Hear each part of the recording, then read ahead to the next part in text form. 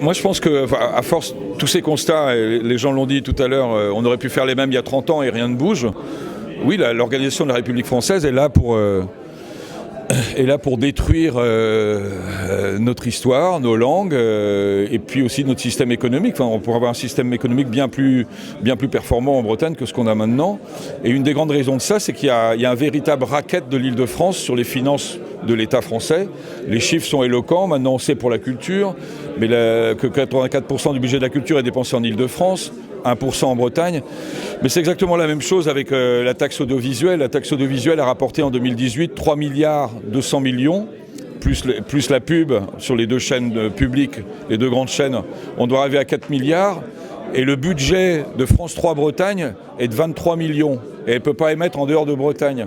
Donc le fait que les chaînes locales de France 3 ne puissent pas émettre sur le national, comme ça se fait à Rome, ailleurs. Quand on va à Rome, on peut voir la télé sarde.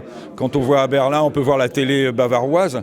C'est très dangereux parce que ça veut dire que, en plus, il y a les 26 chaînes de la TNT sur 27 qui émettent de Paris. Ça veut dire que tous les marchés publicitaires, les boîtes de pub, c'est à Paris que tout le monde s'engraisse. Donc non seulement d'une manière publique, les finances, l'argent géré par la taxe audiovisuelle est dépensé en Île-de-France à 90%, mais en plus, tous les marchés annexes privés sont aussi pour l'Île-de-France.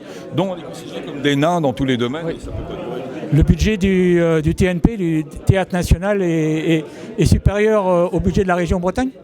Alors, c'est surtout le budget de l'Opéra de Paris dont j'ai parlé. Le budget de l'Opéra de Paris est de 225 millions d'euros en 2019, dont 100 millions apportés par l'État. Donc 225 millions d'euros pour l'institution et 2 opéras, parce qu'à Paris, évidemment, il faut 2 opéras. Le budget culture de la région Bretagne est de 42 millions d'euros. Donc c'est comme si la région Bretagne gérait un quart d'opéra. Enfin, on se fait tellement avoir, et je crois que même si les gens ne sont pas sensibles tous à la disparition de la langue, qui est pourtant un phénomène gravissime, les Bretons et les gens qui vivent en Bretagne vont comprendre que ce racket financier organisé par la République, il tient de la même... Il est de la même mesure que ce qui se passait sous Louis XIV. On subit exactement la même chose. Donc il y a un moment, pour notre jeunesse, si on veut que la Bretagne se développe, il faut que ce racket financier organisé par l'État au profit de l'Île-de-France, il faut que ça cesse. Vous vous présentez aux élections municipales à Rennes, comment ça se passe ? Les élections municipales à Rennes, il reste donc maintenant un peu moins de 5 semaines, un peu plus d'un mois. Et moi je suis très content, on a une belle équipe, on propose des sujets et des mesures qui sont très différentes des autres listes.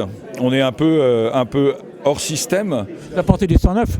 Du sang neuf, des idées neuves surtout, et puis en fait les gens s'en rendent compte et ça commence à leur plaire. C'est-à-dire que nous ne sommes pas des professionnels de la politique, on vient tous alors le terme est très dévoyé, société civile, mais pour le coup aucun d'entre nous n'est élu, on a tous des boulots à côté, ce qui est important, et on fait face à des systèmes où les gens veulent faire carrière en politique pour beaucoup, et ça, la carrière politique, c'est aussi quelque chose de très républicain français, et il faut que ça cesse.